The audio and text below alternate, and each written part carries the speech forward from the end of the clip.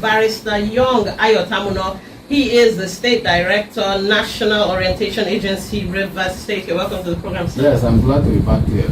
Yes, we're always glad to have you. And of course, we still have Dr. Kpagih in the house from Energynomics.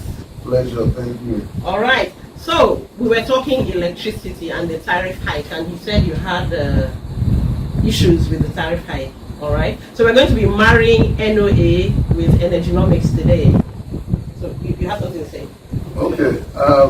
I was saying, when you look at the tariff hike that has happened, yeah, unfortunately, you can't really place your hand on a tangible reason for the hike. All right. You have to pass through indirect means to see what they have done. For example, I mentioned to you that the discos are highly indebted to the banks, okay, because the banks facilitate most of their activities, and they are also still trying to get money which they're supposed to use to pay the generation companies and the bulk electricity traders. Right. So to make all this money available to them, part of the ways they feel they can get it is by increasing the tariff. All right. Fortunately, why do they need to increase the tariff? Because their monthly indebtedness to the bank has increased because the interest rate increased. All right. That increase in interest rate increases their cost of production. Okay. So that's one angle I am looking at. Okay. Then the second angle I looked at was renewable energy. Okay. You know, like I told you, renewable energy has a high tariff, but maybe they are trying to accommodate or attract more renewable energy investment in generation. Okay. So they decided to increase the tariff as well. But these are issues that we are still investigating, and we'll talk about. Okay, so Barrister Young, what do you think? Are we paying their debts for them? That is NEPA's debts, because that's what it sounds like now. Well, you know, so many things happen in this country. While we are talking about paying their debts, okay, you know, the true situation is that we have deregulated that sector, or we have been made to believe that that sector is deregulated. All right. And then when governments came back very recently to talk about the increase for Band A users, and alluding to the fact that that sector, in fact the energy sector, was still under subsidy. You know, it came as a surprise to some of us. In fact, the statistics that was read out said 67% for the subsidy. 67% of both generation, transmission, and distribution is being subsidized, and which is about 10% of the national budget. Okay, 10%. Yes, and then we were further told that those on Band A are actually about 15% of consumers. Okay. And they are the people that are affected at a matrix of 225 naira per kilowatts, you know, of consumption. So that the rest of us are not being subsidized. You know, those on Band A are those who enjoy between 20 to 24 hours of electricity. So, but the issue of concern is that we do not even know those who fall into that category. Okay. With the way, and that is why we need actually those who are running that sector to actually explain to members of the public how many bands do we have, okay, who belongs to what band. So these are things that we need to know. For some of us, this is a deregulated sector. Yes. And so the issue of helping you to pay back your loan does not add up. In fact, even if you say you made the increase in anticipation of increase in minimum wage, that is merely anticipatory and it's not allowed. In fact, it's corruption, because you can't be increasing in anticipation, and they have not given us that excuse anyway. So it is still in the realm of speculation. So let's hope that with the energy mix that Dr. Kpagih has mentioned, that with the energy mix that we will get to somewhere. You know, anytime these matters are discussed, you know, just yesterday, in fact, by early hours of yesterday morning, that's Sunday breaking Monday, yeah, we are told that the national grid also collapsed. Yes, indeed. So if the national grid collapsed, how is it that our grid is always collapsing? Last week Thursday, breaking Friday, it went down from 3,000 plus megawatts to about 2,000. There was this huge loss, and we came to about 2,300 plus. That's for the whole country. So what exactly are we doing? And that is where this energy mix is important. Okay. At some point in Katsina State, they have started developing wind energy. Yeah. And I'm sure that places like, of course, Niger is the hydro. Okay. It's almost like the hydro capital of the country, because you have most of the dams, Shiroro, Kenji, and others there. But us here, we have gas, and so we are making do with our gas turbine. So where is our gas turbine? River State had some turbines, I recollect, under the Peter Dili administration. His Excellency Peter Dili's administration. So what happened to those turbines? And at least I know that some of these infrastructure, even if they have to operate within a particular length of time before you can say that these ones that they are obsolete.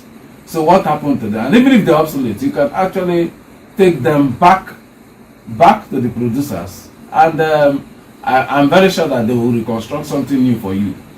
So anytime energy is being talked about, by now as a state, coming to River State, we ought to have gone beyond this level. Looking at the fact that we had gas turbines, in fact the Omok from the Omok side, and then the AFAM. In fact, we had a gas turbine at somewhere in Transamadi also. We had all these turbines. So what happened to them? We can't at every point in time be discovering the wheel. It is not proper. What you have, you hold and hail, so that futuristically, you can be balanced, and development can be sustainable. We can't be going all around. So what happened to some of these facilities that we should be suffering what we are suffering now? So Dr. Kpagih, these facilities, they are all not functional at all. They're just standing structures and aging away. No, they are actually functioning. Okay. The Alpha power plant is working. The Omok and Transamadi plants are working. So but they are generation. Okay, all right. So there's generation, there's transmission, and distribution. All right. What is generated, like I told you, is about 12,000 megawatts, which is very poor, by global standards. So this the power plants we have here. Yes. How much do they generate to add to the 12? How much do they bring out? The power plants here, I think we do roughly. I think I have the statistics somewhere. Right. Okay. Just give me a minute. But we do a reasonable number. They are all gas plants. All right. The AFAM 6 does 650 megawatts. Oh wow, okay. The Transamadi is 36, that's the smallest. All right. So AFAM alone, from my calculation here, AFAM alone does 1,200 megawatts above. Okay. Then if you add that to Omok plant that is doing 225, you have 1,425. And then so we have roughly 1,300 megawatt capacity. So we don't really add much then. So no, let me. That's where I'm interested. Okay. Being an energy expert and somebody in the field. Yeah. The 1,300 megawatts. Is it sufficient? For us. For this state. For this state. Okay. Because at some point we also ran a rural electrification scheme. Okay. Just like the federal. All right. So, and then we had infrastructures being put in place. I remember the then Commissioner for Works all about the place that Kuku put aside. Okay. Trying to put the infrastructure to make sure that these things are stepped down, even to some of the local government areas. So, what really happened? And why are we still having this level of blackouts that we're having? And it reminds me of the fact that prior to this time, the argument had been that if you generate, because of our laws, it was on the exclusive list. Okay. Because of our laws, if you generate, as a matter of fact, you need to send it to a particular pool. The Niger Delta Power, what they call it, Niger Delta Power, Company. company. you need to send it, and they will transmit. and then they'll transmit from a national grid, which the states are not in control of. Oh, so you generate, the state generates and feeds them, and then they feed everybody. Yes. And should that be? Yes, but now the laws I think have been amended. Okay. Yes. Okay, what you were talking about. Yes, you know that just recently, BAT, I think that's BAT Energy. Yes. In Abia State. Yeah, yes, Geometrics. Yes, Geometrics also came up with theirs, and others are also following suit. Okay. So why can't we, as a state, and that is where private people like exactly. I was going to say. So what's Professor solution? That's where they come in. You see, thank God you mentioned Batinaji, because it's very important. Like I said, he's already a yardstick. Okay. I did a study on his plant. The plant has a total capacity of 117 megawatts. What is feeding Aba presently is just 45 megawatts. The entire Aba. Now we have done a calculation of 1,300 plus. Yes. If our state government is serious, work to AFAM, because Batinaji is a private person. Yes. Partnering with government. We have private plants, AFAM station, Omok station, and Transman. They are all private plants. Work to them and say, commit to us this amount of power, meter the customers, and let's send it to them.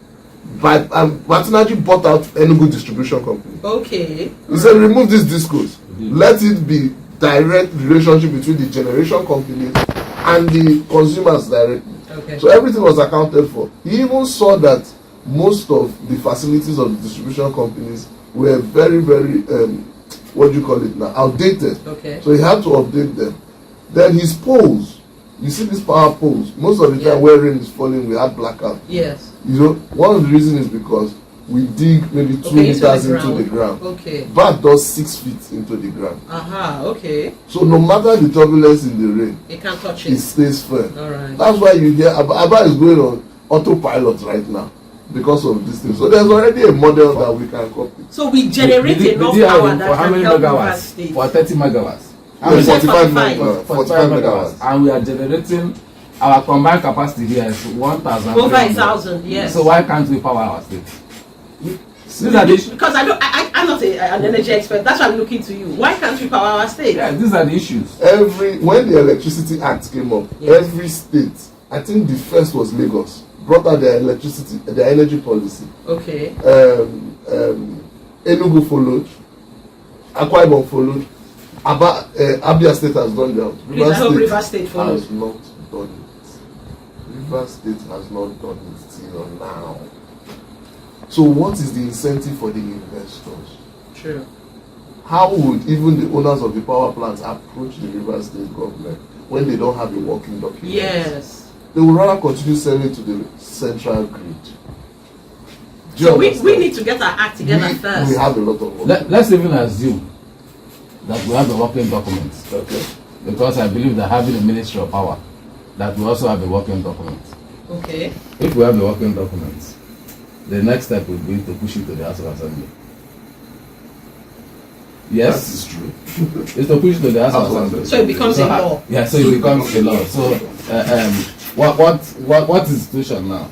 We are talking about we can't run away from it. Yes. We need to confront our issues.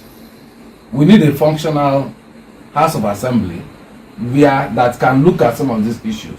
But does it fall to the governor now or the commissioner to push this agenda? No, that's why we have the bureaucracy now. Normally, the bureaucracy makes the policy and then sends it to the executive council. Okay. Executive council approves it as a policy and sends it to look at it in a holistic manner. Yeah. And then it could come as executive bill, that is on one hand, or as a private member bill, of course, by legislators that are so concerned and who are informed. Mm-hmm. So in whichever way, of course, me and you can just go to the House of Assembly.